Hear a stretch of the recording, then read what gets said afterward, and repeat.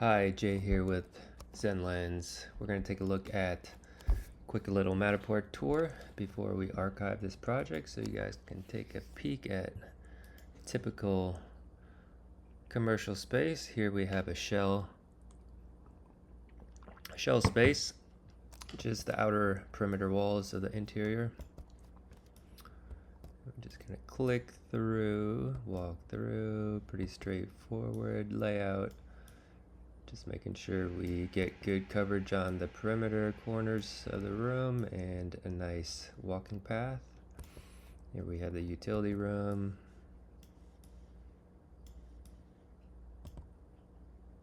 Again, trying to get at least 4 scans for a small room. Larger scans we can also fill in between. So this one, you can look at the layout from above. It's a little cleaner. Take a look at the scan points. To do that, we hit the edit button, and from here we can see all the scan points. So we have perimeter, corner, and then we try to follow a grid pattern. So we're moving in 90-degree increments. So from 1, 2, 3, then we're going up, over, down again, and back over to the main room. So let's click here, fly back in. Oh, let's pop out of this edit mode. Get you relined.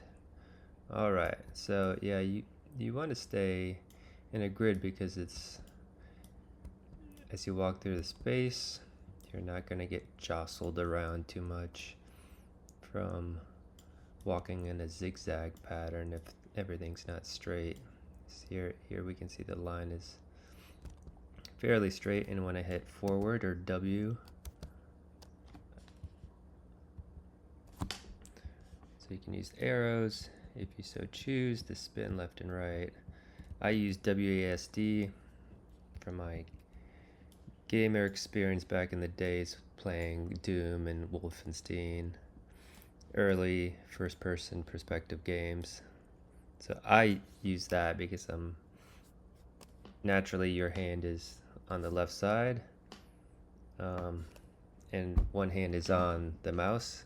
So that's the idea. I can click and drag with my mouse while simultaneously using WASD, or you could just, again, I'll use the arrow so it makes more logical sense. So usually W is forward, so we can use the keyboard and kind of walk through the space. So here's one spot that I did miss. Let me click and drag. So right here, I try to create a grid that's equal as far as the layout goes. So there should be one right here before that window, and you'll see what happens when I click here. If I were to naturally walk toward this window, I would want a scan point here because you're going through right the middle walkway, but that was missed. So now we jump back here, and now we're off to the left. We can get straight again, but again, ideally there should have been another scan point there. So this is nice because with the Pro 3 we can now go outside and explore, which is great. The only thing you really have to be concerned about is in the fall and the spring that you're going to have your tripod shadow in a lot of the shots. So to negate that, you can shoot at sunrise or sunset and reduce the shadows. Your colors aren't going to be as vibrant as, you know, when the sun's out, but it's a workaround. And then of course there's going to be a lot less people.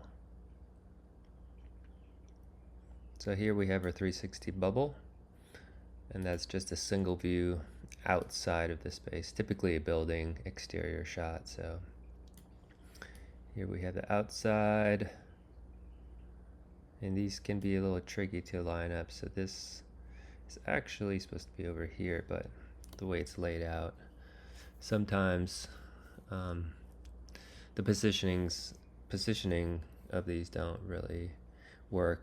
So I try to put one 3D bubble on a single side of the building. So 4 sides of the building, I would put one on the top, bottom, left, and right. So if we click on this, oh, maybe I'm wrong. This is pretty accurate. So yeah, this was just another 360 point, and forgive me for the spinning. When I do the screen capture, it does lag a bit. So here, 360 would be, again, a single view. Walking would be back inside the space. So we're back inside, even though we're outside on the patio here. So again, we're hitting all the corners. Try to navigate with the keyboard only. Might be a little smoother. There we go. All right, so again, I would have liked to have zoom out a little bit. So right now the one that's missing is really maybe one right here. And this one's here, so we can kind of go around this bend without flying all the way to the opposite side over here. So can't go here. It's gonna kind of shoot me off to either the left or the right side. Shot me over there, so now we're hugging this wall. Do the perimeter interior. Zoom around, there we go. Here's a good view of the entire space.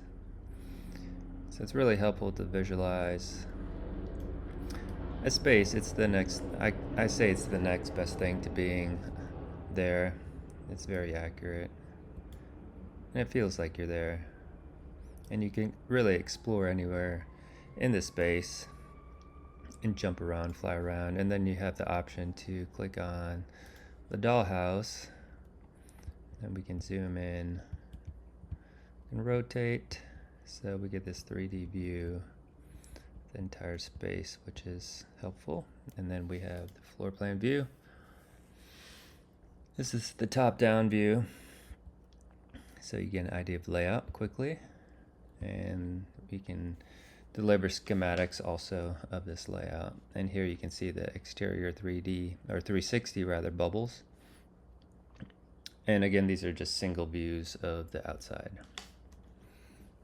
All right, so that is it. So there's also some stats we can look at. So let's see if I was correct at 2,000 square feet, a couple thousand square feet. Yep, so this is 3,364.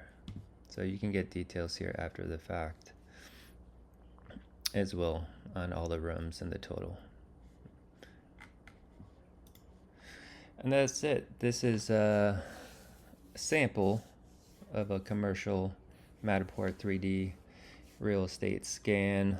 Very efficient tool for marketing your property. So thanks for watching.